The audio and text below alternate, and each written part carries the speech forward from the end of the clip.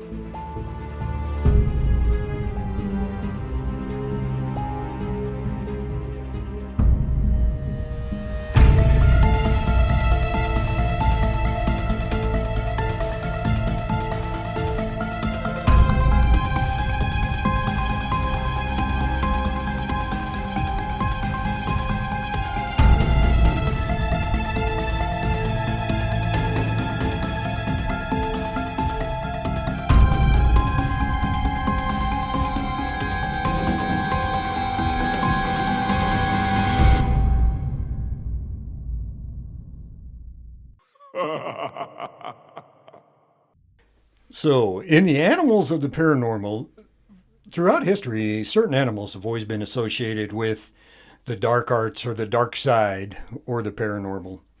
A lot of animals who are black in color, black cats, black dogs, have been associated. Black dogs have been associated a lot with hellhounds.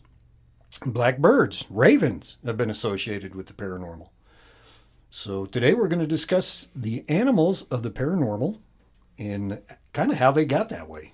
What are we looking at here? So I know my black cat is absolutely wonderful. I love her. Her name's Onyx. She's really cool. So yeah, I had a black cat. His name was Hootis, and he was awesome. Yeah, he was awesome. So anyway, so since we are talking about animals, when we first got in today, we were talking about Fergus. Is it Fergus? Fergus. And remind me again what you said. He's always one day away from a bullet. and that's.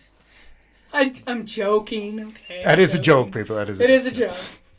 That being said, it is fantastic, and I love it.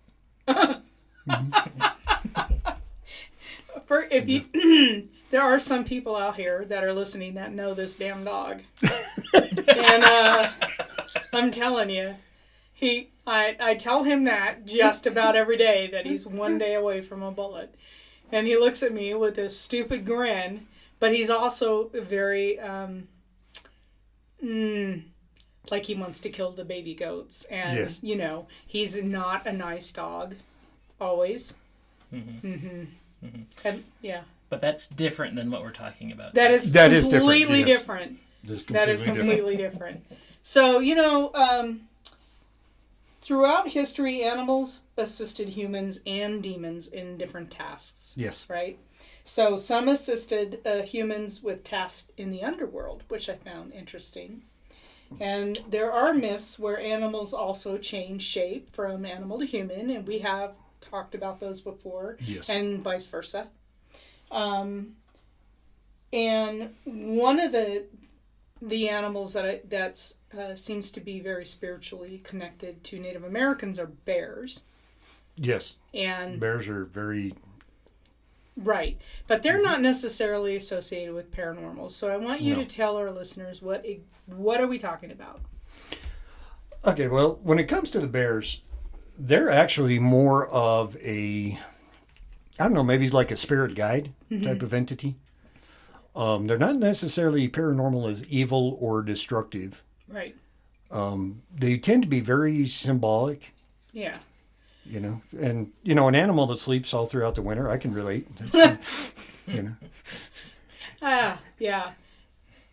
I was going to tell a story, but it's not paranormal, and so I'm just not. But anyway, yeah. Apparently, they're not always asleep. Should I tell the story? Yes, tell the story. Yes. Because it's really cool. I was talking to a person that I know who's a biologist who used to tag grizzly bears. That would be an interesting... hibernation, right? And have to put the radio collars on them. But I guess they're not always asleep. You think they're sleeping, hibernating, and they're not. So they don't know that until they crawl into the bear den to find out. And I'm like, there's no way in hell I'm doing that, man. But anyway, I would think at this point we would have some kind of camera on a stick with, that we could kind of stick it in there and go, nope, awake, we're leaving and coming back in 2 weeks. Because they're nursing, they're young in the den, and they're moving around, and they're not always asleep. So not probably, for young listeners out there, maybe rethink the whole bear biologist line of work, okay? There's probably easier ways to make a living. Yeah. Sounds really romantic, but I don't think it is. I've been under the impression my whole life that a peanut butter and jelly sandwich would clear it all up. Oh, There you right. go. Put it down there. If they come out and get it, they're awake. There you go. If they Or don't, a pot of honey. Winnie the Pooh, There you go. Yes. Apparently not. So, anyway, we always digress. So, owls are a sign of evil in many cultures. They are, and I don't get Talk about a bad rap. They do. Now, I like owls. I do think too, owls are cool. Although I think an owl ate Hootis, my black cat. Uh-oh. Yeah. See, now that's not good. That's not cool. But that's just doing an owl thing. I don't know. Hootis? So, because I was like, Hootis kitty cat crying in a tree when he was a kitten. My dogs treat him. Fantastic. So his name was Hootis. Yeah. Hootis was eaten by an owl. He was eaten by an owl. I think. Yeah. Pretty See, now, sure. I can understand it, though, because owls are, like I said, I like them. I think they're pretty fascinating creatures. But they can glide for quite a while. Yeah, and they're silent. And they are completely silent. Yeah. And an owl will just literally be on top of you before you know what's going on. Well, they were referred to as messengers of sorcerers in a lot of texts. So I don't know if it's the whole exorcism thing where they can spin their head all the way around, but That could be part of it. Yeah, I mean, Because they that's not a don't natural- actually spin it all the way around, but it sure looks like it. And then they have to reverse it, so it's not spinning off like a bottle cap, guys. But there are so there apparently I'm reading here. Apparently, there's like this vendetta in many cultures against owls because they are seen as these messengers of evil. I could see that. They were kind of and being a very stealthy bird, Yeah. since they are a bird, so they stand in trees and high altitude, and they can see things very well. I can see them being portrayed as messengers.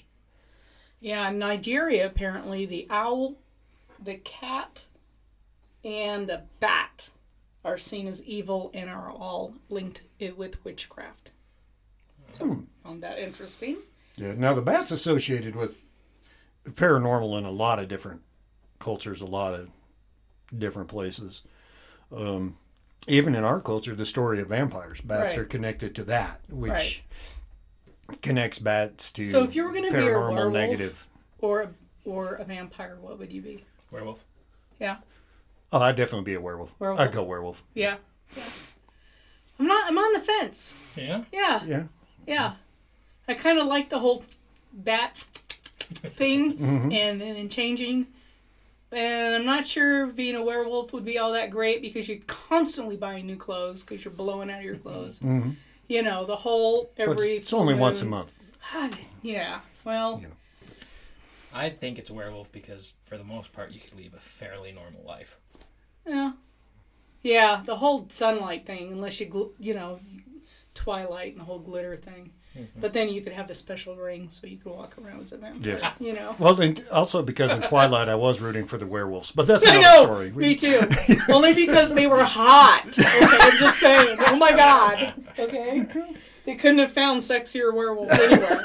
All right. So again, we go down the rabbit hole. Yeah. So we talked about cats, particularly Black black cats, right?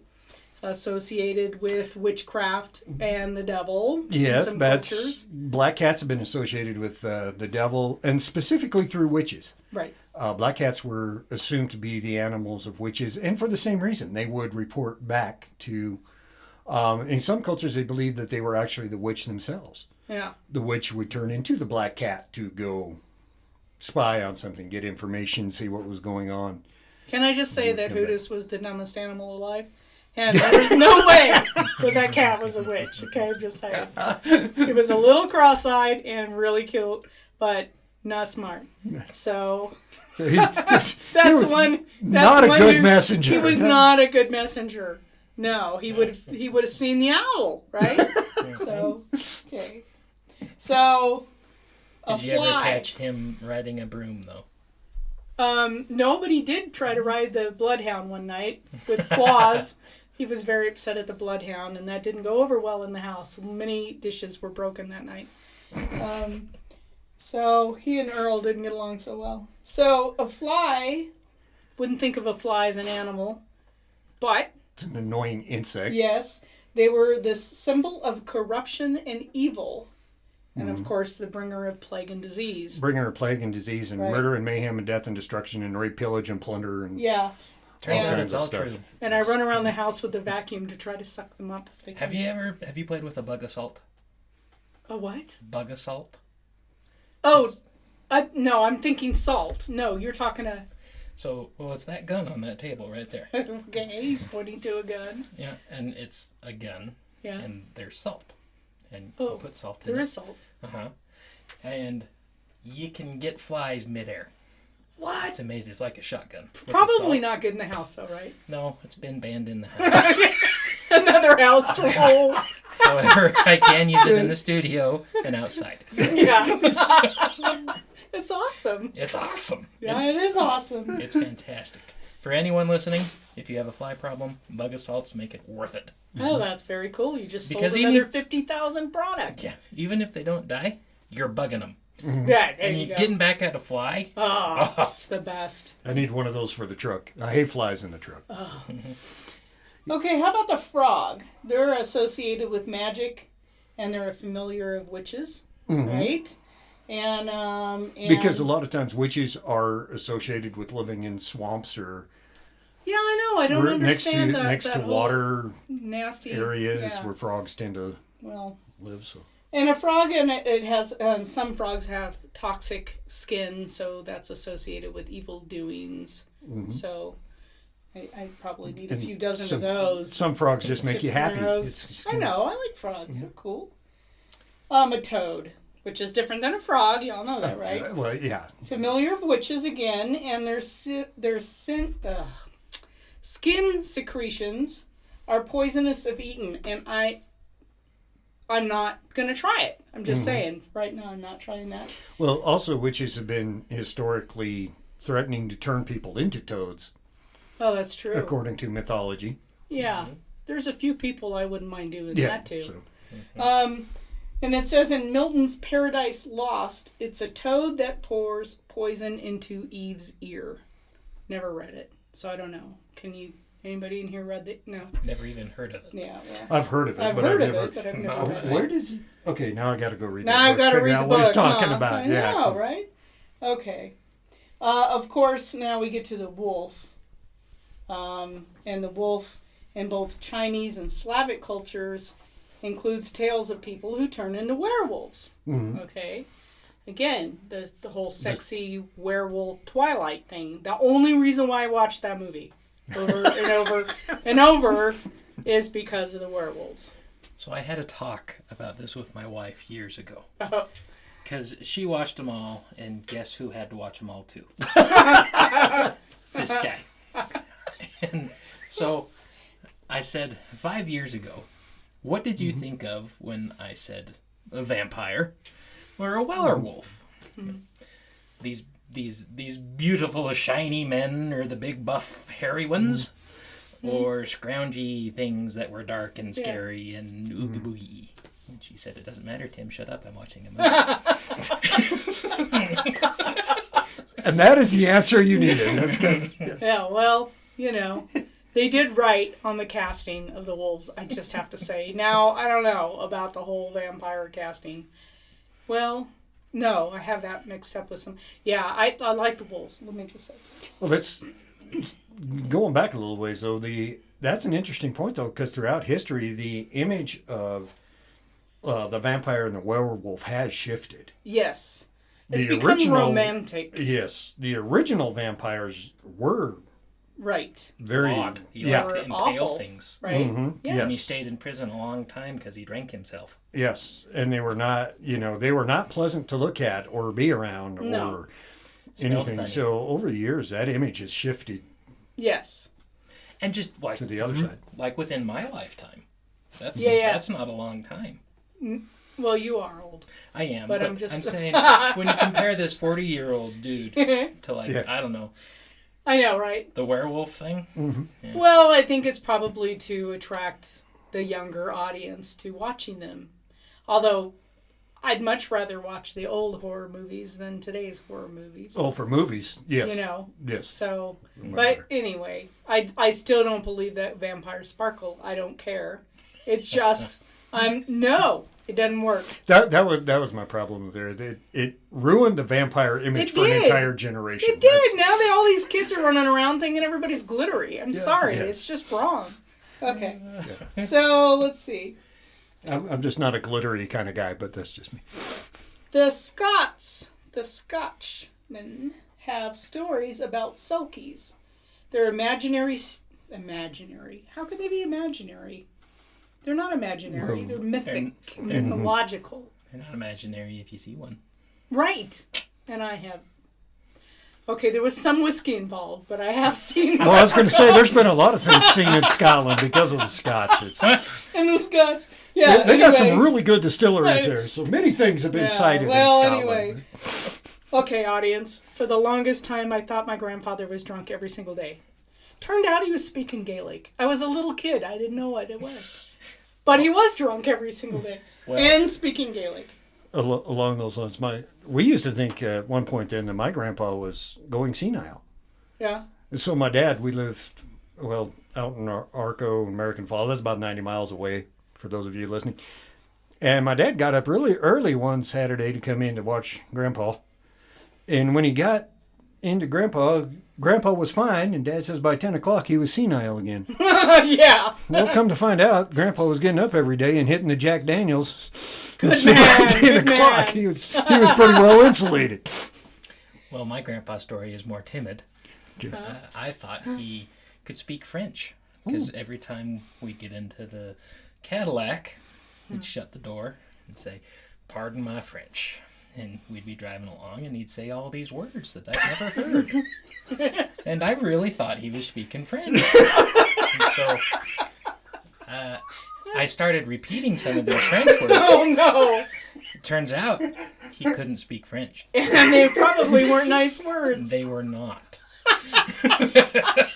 That's awesome. Okay, anyway, let's get back to the Scots. Okay. They have stories about these sea creatures called selkies. And they resemble seals and take on the form of a human female. And they marry men. Oh, well, apparently not. They marry men and women and return to the sea. So, not quite sure. I don't know. It sounds to me kind of along the lines of a mermaid, but the mermaid were luring sailors to their death. Yeah.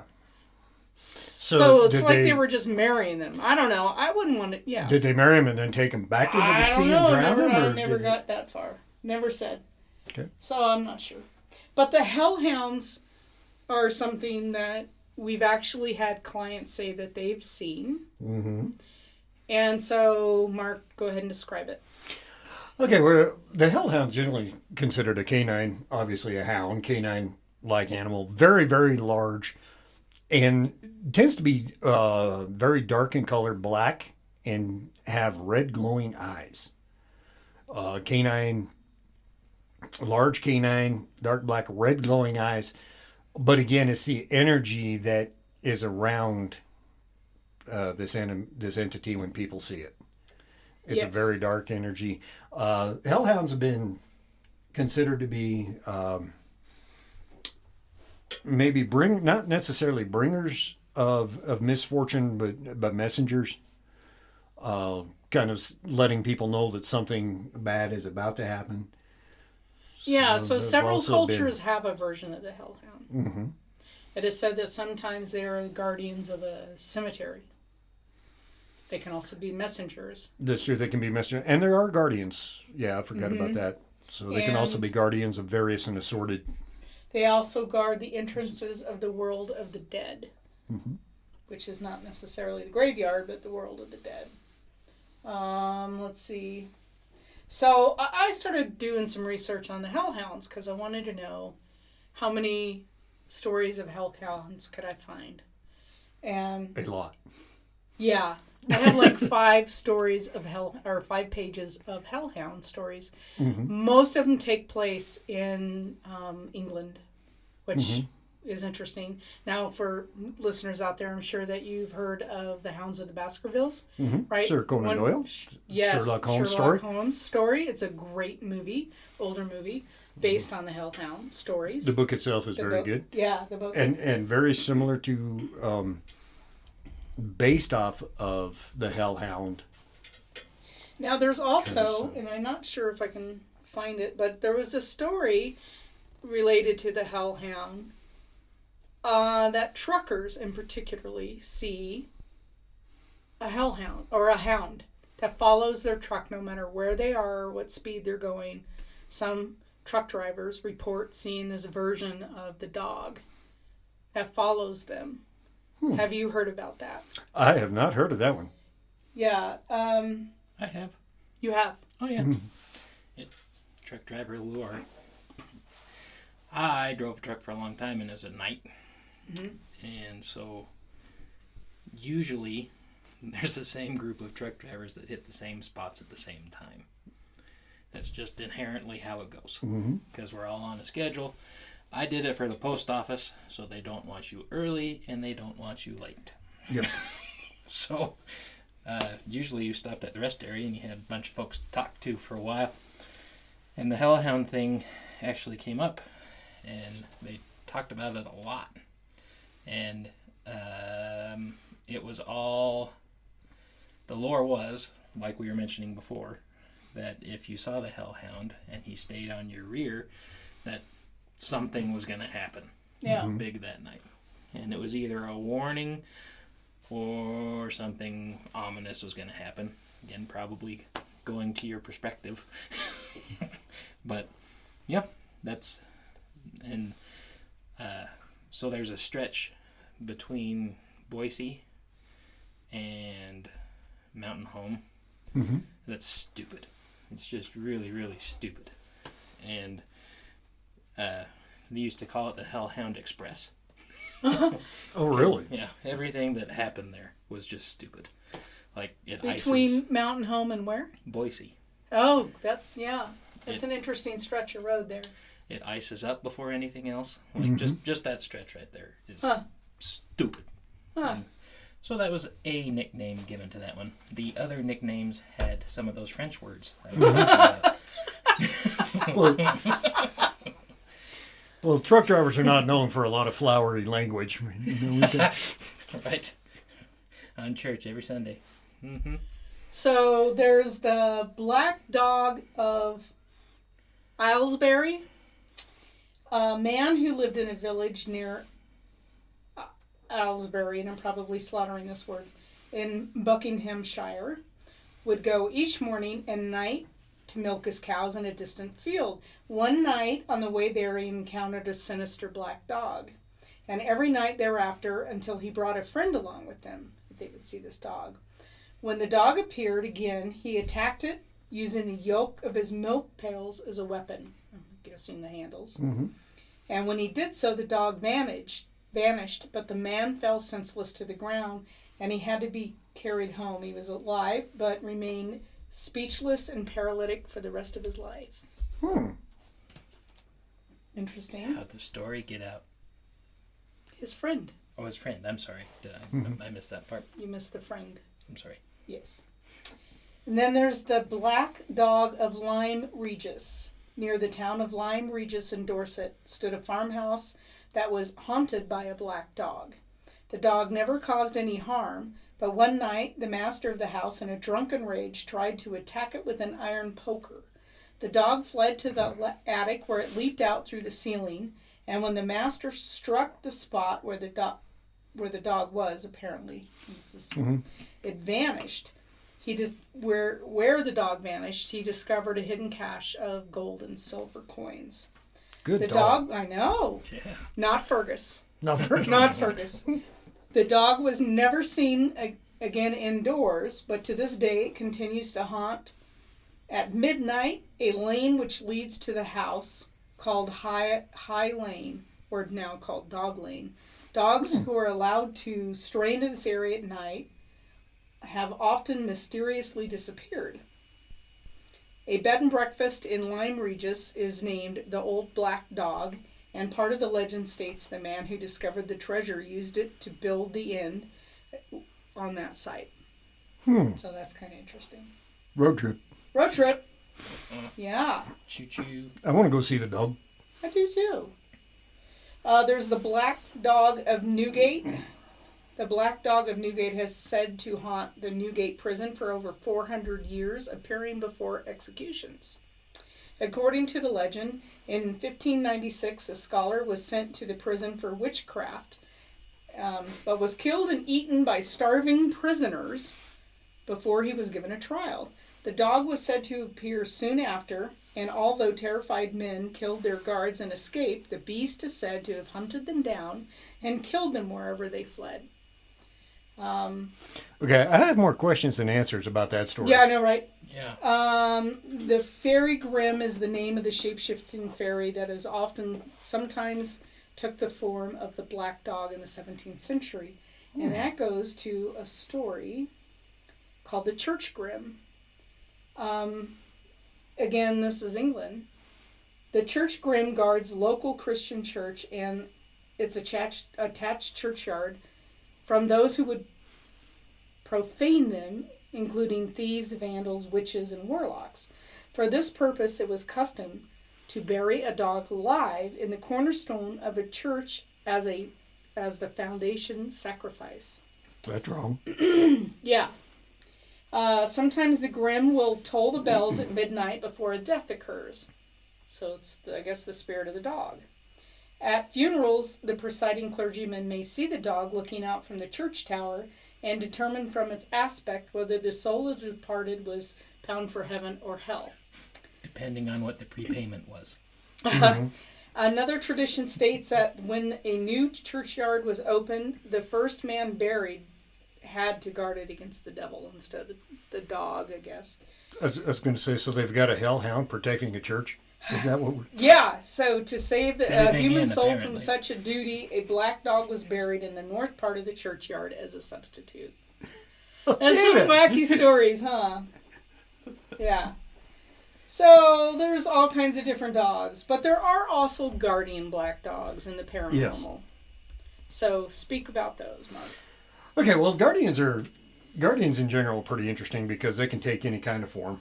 They can be, humanoid or animal, a dog. I was talking to, a few years ago, I was talking to a lady and she was telling me an experience she had. And she had a very strong canine energy. She was really, really good with dogs. Really good. But she was telling me the story she had that She didn't when know she was younger. Fergus. Just No, saying. she didn't know Fergus. She didn't, yeah. But she was very good with the dog she had. She was good. But she was telling me the story that when she was younger, she was in her bedroom, in her bed, and she actually saw this black mass start to form up in the corner of her bedroom. And at the same time, she heard this very deep growl right next to her bed. And, of course, she associated the two being together, and it scared her, very deeply scared her. In fact, she's telling me this story years later, and you can tell she's still very disturbed by it. And after listening to this, I listened to it, and I made a suggestion to her then that one of her protectors, or one of her guardians, is some type of canine. And what she had was two separate things going on. When that dark mass started to form in the corner of her bedroom, the canine protector next to her is what she heard growl. And it went into protection mode. That makes sense. And it growled at whatever was there. And after I suggested that version of the story to her, it totally changed her entire perception of it because that made sense to her. Well, I can imagine. I mean, hearing a growl, So- we've heard growls and our Yeah. investigations, and they sound ominous. They do. But then again, with the protectors, Right. when something goes down, as things start to happen, they will go into protection mode. Yeah. And so again, just, if you have some experiences, consider the fact then that you've got two separate things going on. Whenever something starts to go up, but then if you hear a growl, that growl might be one of your protectors. Right. So it's quite possible to have canines Yeah. or canine type entities as protectors. There's a story from the Isle of Man of about a guardian black dog that prevented the deaths of several men. A fishing boat was waiting in Peel Harbor for its skipper to command the crew on the night's fishing. They waited all night, but the skipper never came. In early morning, a sudden storm sprang up, in which the boat might have been lost. When the skipper rejoined the crew, he told them his way had been blocked by a great black dog, and whichever way he turned, it was always there before him, but so he turned back. So, saved the crew. So I've had my own hellhound experience, Cool. Oh boy. and I already talked about it on here, but seeing as how we're talking, Yes. so I used to work for a funeral home, Oh yeah. and the funeral home, is in the city. It's there, and two different instances, and it was two different. Well, they were Rottweilers, but big black dog.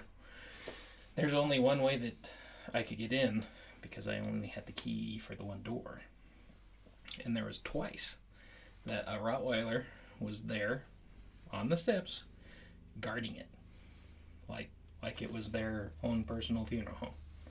2 times, and I had to call the animal control both times to come get it, so it wasn't the mythical, It was if you will. a real dog. But the second time, this dog was hugely aggressive, and you know how they have the light reflection from the eyes, and man, the eyes looked red. It was just a whole scary experience. And so I started, looking into this. And of course, when you type big black dog with red eyes, hellhound. The hellhound comes up, where you yeah. want to go. And so I kind of went down that path, and I thought, well, this doesn't really fit the situation. But on the other hand, I made my own theory. Da, da, da. Oh boy. Cool. Here we go. Tim's theories. And maybe in all of these stories, the animals were influenced. People can be influenced by paranormal things. I've seen it. I kind of think... Anyway, we'll not go down that rabbit hole. But this particular rabbit hole, I often wondered if those two dogs were influenced. And Uncle Fred, we'll call him, was aggravating and agitating the dog. So the dog would be there. And I don't know. I don't know if that's truth at all. But by golly, that's what I came up with.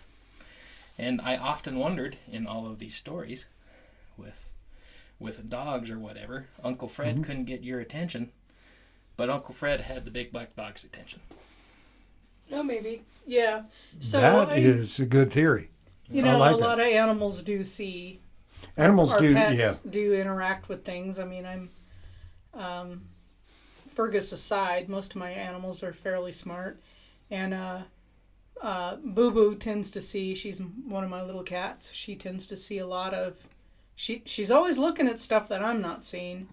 Now, and I'm always looking to see what is she looking at. Is there a moth up there or a fly or, because she'll be staring at something and, 9 times out of 10 there's just nothing there that I can see. They do see in different spectrums that we see. So, yeah. That's, again, with all the phone calls I get, and people call up and say, well, my dog is doing this. Okay, well, that might mean something. And then sometimes they'll say, well, my cat does this. Well, that's just a cat thing. That really doesn't tell me a lot. Yeah, cats are different. Yeah. So, what's unfortunate about a lot of this is that you have all these stories about black dogs, and they're the least likely to be adopted from the shelters. Same thing with the black cats. Yes. They're the least likely And, to be... you know, I'm here to tell you that just because an animal is black does not mean there's any evil No. intentions there from the animal or the spirit world. And then I'm wishing that would turn around for these poor critters because they're, you know. Yeah, and we're coming up on, well, when we record this, we're coming up on October, the fall season now. And a lot of black animals, dogs and cats, go missing Yeah. during that season, and that's got to stop. There's absolutely no reason for that. Make sure that if you do have critters, particularly black critters, around Halloween, that you're keep them indoors for a week or two before Halloween, so that they're not abused. Or keep an eye on them for sure. Yeah. So so we have owls. We didn't talk about snakes, of course, with Christianity, and the snake being the tempter. Oh, lots of cool things with snakes. Got a lot of great things with snakes. Yes. And I'm not even a fan of snakes. Just the No. little mythology and symbolism there is pretty cool. No, but describe some of the Okay. around. Interesting when you get into the serpent, and from the demonology side, serpent can either be a snake or sometimes referred to as a dragon. Dragons Too. are cool. There's an entire section of draconian magic that exists kind of based off of the dragon stereotype. And there is a belief that spiritual development, there's a concept out there called the Kundalini, which is, I'm going to very briefly go over that. This could probably be an entire podcast on its own. But there's a source of power that lies dormant at the base of the spine for the human. And spiritual advancement is to be able to release that energy. And when that energy releases, it actually works its way up the spine, back and forth, going through all the major chakra points. And the symbol of that is a snake, because that's what it kind of seems like, because it'll go through one energy point and the other one, then kind of come back across the spine, working its way up through all the major chakras, through all the major energy points. And that's kind of where our symbolism that we have now for the medical community is a snake with snakes around it. Interesting. And that comes back to that Kundalini energy that does that. But when this energy is released, that is one of the great ways to being able to communicate with the spirit world. And that energy can be released through meditation. The entire branch of Kundalini Yoga is designed for that, between meditation and physical movement, to help release that energy. Or it can also be released through a trauma.